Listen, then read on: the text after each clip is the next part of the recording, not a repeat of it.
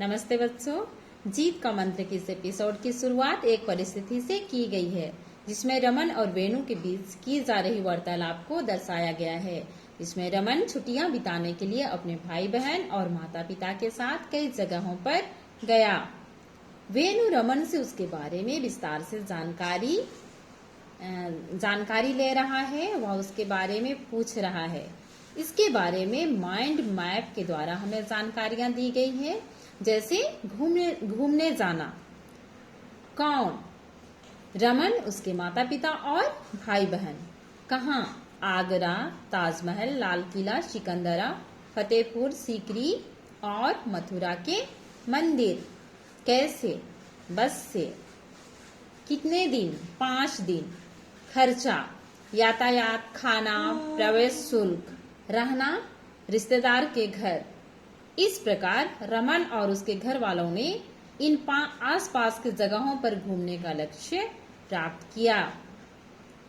एक mind map से किसी चीज के कई पहलू समझने में मदद मिलती है। आगे एक परिस्थिति के द्वारा लक्ष्य प्राप्त करने के कौन से चरण होते हैं इसको स्पष्ट किया गया है, जिसमें मधु और उसकी बहन अनीता एवं विदेशी पर्यटक के वार्तालाप को दिखाया गया है, जिसमें विदेशी पर्यटक अंग्रेजी भाषा में उनसे मंदिर के बारे में जानकारी लेने की कोशिश करता है, लेकिन भाषा की सही जानकारी नहीं होने के कारण मधु और अनीता उस विदेशी पर्यटक को उस मंदिर के बारे में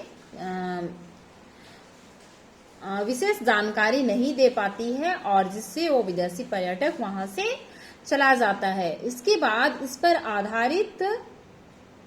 आधारित मधु और उसकी बहन के वार्तालाप पर गौर किया गया है। फिर इसके माइंड मैप को दिखाया गया है, जो इस प्रकार है। लक्ष्य प्राप्त करने के लिए सबसे पहला मौलिक ज्ञान, ये सीमित शब्द ज्ञान, केवल सरल विचारों का आदान प्रदान। जब हमारे पास कोई लक्ष्य हो तो यह सुनिश्चित कर लेना चाहिए कि लक्ष्य को प्राप्त करने के लिए हमारे पास पर्याप्त ज्ञान होना चाहिए, और इसके साथ साथ योग्यता और हुनर का भी होना बहुत जरूरी है, और यह हमारा पहला चरण है। आगे एक क्रियाकलाप में अंग्रेजी में सरल वाक्यों का प्रयोग करते हुए करीबी दोस्त से बात करना को दिखाया गया है, जिसके द्वारा हमें अपनी मातृभाषा के अलावा कोई अन्य भाषा के सीखने के महत्व का पता चलता है। अंग्रेजी भाषा विश्व भर में प्रसिद्ध और स्वीकृत भाषा है। भारत में विविध संस्कृति और भाषाएं हैं। ऐसे में विचारों के आदान प्रदान के लिए अंग्रेजी एक अच्छा माध्यम है। कंप्यूटर का प्रयोग करते समय और औपचारिक तौर पर भी अंग्रेजी बहुत काम आती है। मधु और अनीता को भी इस बात का आभास हुआ, इसलिए उन्होंने अपनी अंग्रेजी सुधारनी चाहिए और अंग्रेजी सुधारने का लक्ष्य बनाया। इस अगले चरण में माइंड मैप में दर्शाया गया है लक्ष्य प्राप्त करने के लिए हमें क्या क्या करना चाहिए, किन किन बातों पर ध्यान देना चाहिए। पहला है मौलिक ज्ञान, दूसरा है लक्ष्य का महत्व, तीसरा है जो लोग दूसरी भाषा बोलते हैं उनसे बातचीत कर पाना, चौथा ऑफिस में अंग्रेजी बोलना आवश्यक होता है, पांचवा भारत जैसे बहुभाषी देश में दूसरों से बातचीत कर पाना। हमें लक्ष्य के महत्व को समझना चाहिए। किसी भी लक्ष्य को प्राप्त करने का यह दूसरा चरण है। हमें अपनी अंग्रेजी सुधारने के लिए इन 4 बातों पर ध्यान देने की आवश्यकता है। पहला है सीखना, दूसरा अवलोकन, तीसरा स्मरण शक्ति और चौथा है अभ्यास। आज के इस पूरे एपिसोड में लक्ष्य प्राप्त करने के 5 चरणों के बारे में विस्तृत जानकारी दी गई है। लक्ष्य प्राप्त करने के लिए सबसे पहले अपने मूल ज्ञान, योग्यता और हुनर को पहचानना चाहिए।